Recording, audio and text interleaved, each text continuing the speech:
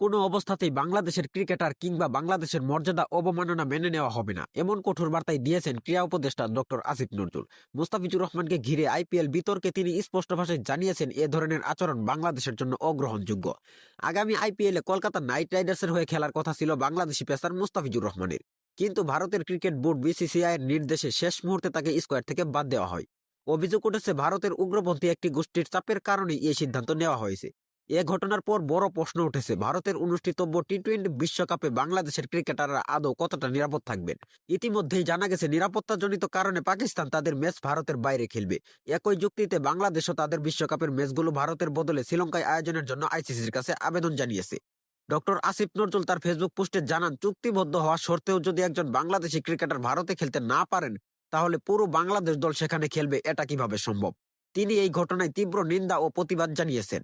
ক্রীড়া উপদেষ্টা আরো বলেন, তিনি বাংলাদেশ ক্রিকেট বোর্ডকে নির্দেশ দিয়েছেন যেন পুরো বিষয়টি আইসিসির কাছে লিখিতভাবে ব্যাখ্যা করা হয় এবং বাংলাদেশের অবস্থান স্পষ্টভাবে জানানো হয়।